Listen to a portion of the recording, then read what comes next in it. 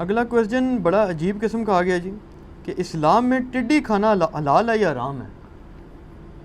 یہ ٹڈی جو ہے نا جی اسلام میں حلال ہے، اور اہل سنت اہل تشیع دونوں کا اجماع ہے، اس میں کوئی اختلاف یہ ذرا کلیئر کر دیں یہ چیز نہیں۔ ٹڈی کیا ہوتی ہے؟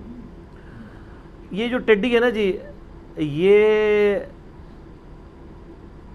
لوکٹس ان کو کہتے ہیں اس میں انگلش کے اندر، اردو میں تو ٹڈی لفظ، عربی میں اس کے لیے جراد کا لفظ استعمال ہوتا ہے۔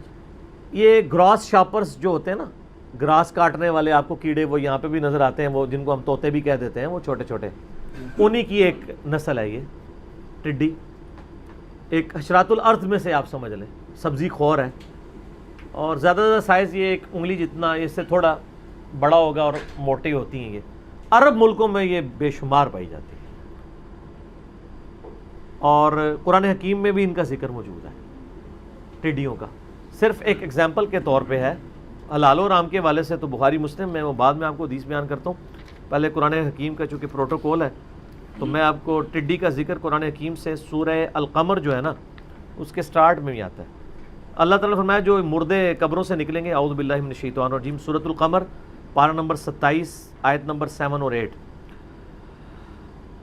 خش عن ابصارہم، یعنی مجرمین کی نگاہیں ڈر کے مارے جھکی ہوئی ہوں گی، یخرجون من الاجداث کانہم جراد منتشر، وہ اپنی قبروں سے اس طرح نکلیں گے جیسا کہ ٹڈیاں ہوتی ہیں غولوں کی شکل میں، مہطعین الی الداع، اور وہ بھاگے چلے جا رہے ہوں گے پکارنے والے کی پکار کی طرف، یعنی میدان محشر میں سب لوگ جمع ہوں گے۔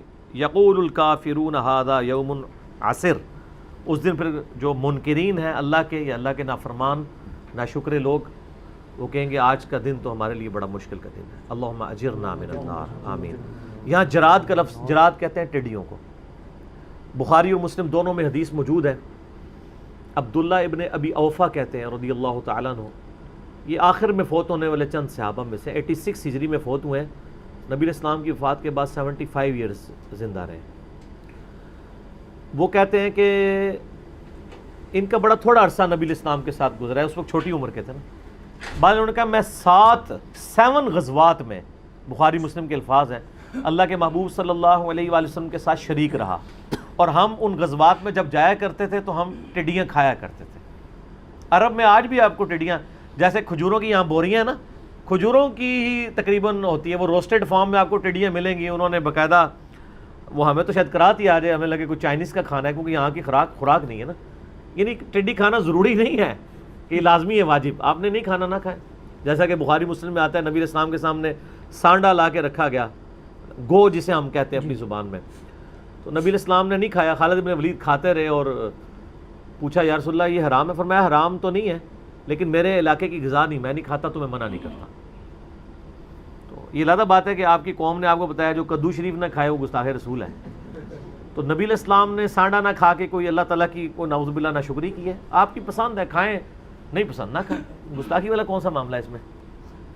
تو وہ عبداللہ ابن ابی اوفا کہتے ہیں کہ ہم ٹڈیاں کھایا کرتے تھے، تو یعنی حضور کے اوپر یعنی ایمان لانے والے جو چند چھوٹے صحابہ جو آخری وقت میں آئے ان میں سے وہ روایت کر رہے ہیں، تو ظاہر ہے پھر تو اس کے اوپر اہل تشیع بھی قائل ہیں، اس کے ان کے کلپس بھی چڑھے ہوئے ہیں، کیونکہ عموماً سب کانٹیننٹ میں لوگوں کو پتہ نہیں ہے، اس لیے وہ کہتے ہیں یار یہ تو کیڑے ہیں، یہ تو چائنیز والی خوراک ہی ہو گئی ہے۔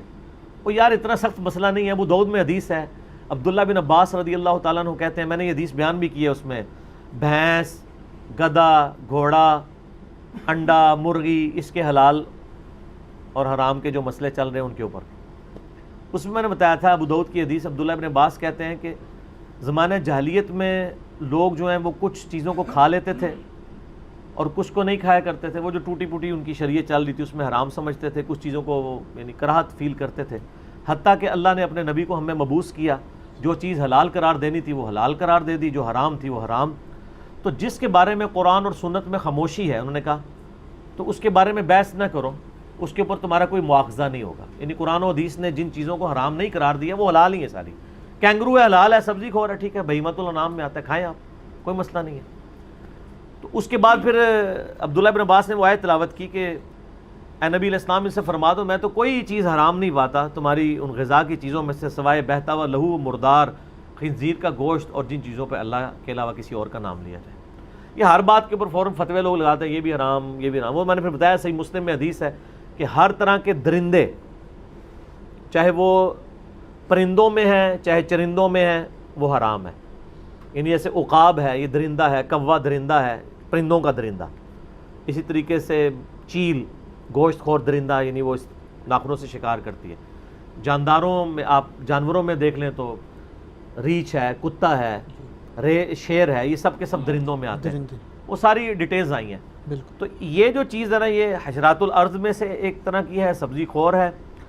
اگرچہ یہ اس طرح چوپایوں میں مویشیوں میں تو نہیں آتی ظاہر ہے یہ تو ایک پرندہ ہے نا جیسے مکھی ہے مچھر ہے اس طرح کے شرات الارض میں آتا ہے. سائز کتنا کوئی تقریباً یہ سائز تقریباً آپ سمجھ لیں اتنا ہوتا ہے شہادت کے لیے تھوڑا سا بڑا ہے اور اڑتا ہے. ذبح کر کے کھاتے ہیں نہیں ذبح نہیں کرتے بس وہ ٹھیک ہے. ذبح شبہ تو یہ مسئلہ ان کا ہے جن چیزوں میں سے خون نکلتا ہے. نہیں مارتے تو ہوں گے نا کسی طرح سے وہ خود ہی مر جاتی ہیں. آپ ان کو ڈالیں گے تو ان کو ذبح نہیں کرنا ہوگا وہ اسی فارم میں ہی حلال ہوں گی. اچھا ہاں جی.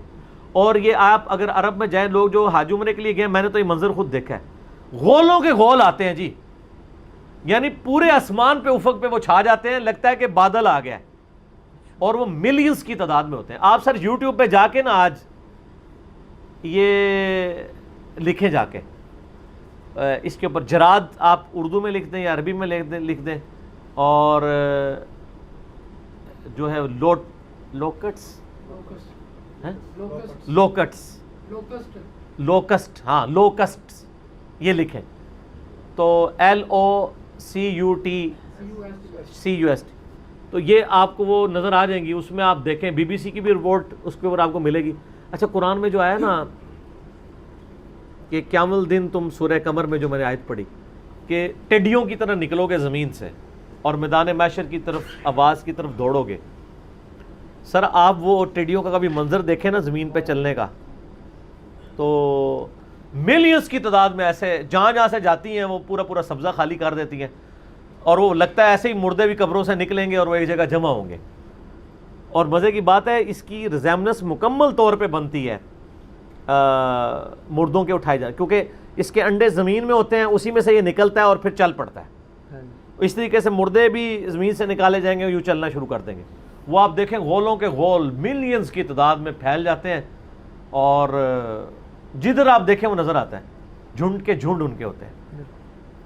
تو یہ اللہ تعالیٰ کی ایک مخلوق. میں نے خود یعنی حرم شریف میں کئی بار فجر کی نماز کے وقت پہنچے ہیں نا ہر طرف یہ بکھرے پڑے ہوئے ہوتے ہیں ہزاروں کی تعداد میں.